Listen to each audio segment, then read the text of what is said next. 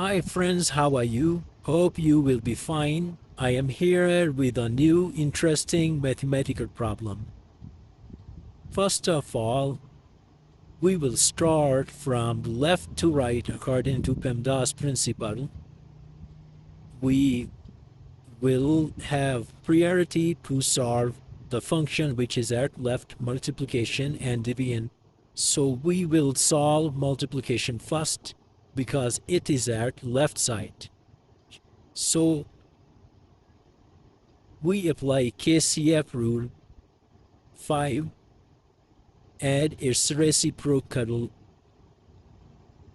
are cancelled each other, so answer will be 1 divided by 1 over 5 multiplied by 1 over 5. Now we will solve this one. 1 divided by 1 by 5. Apply KCF. T C F. T, keep it. C, change it. Flip, it will become 5. And multiplied by 1 by 5. So solve this one.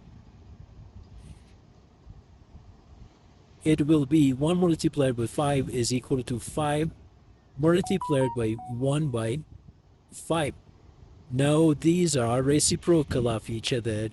They are multiplicative inverse of each other.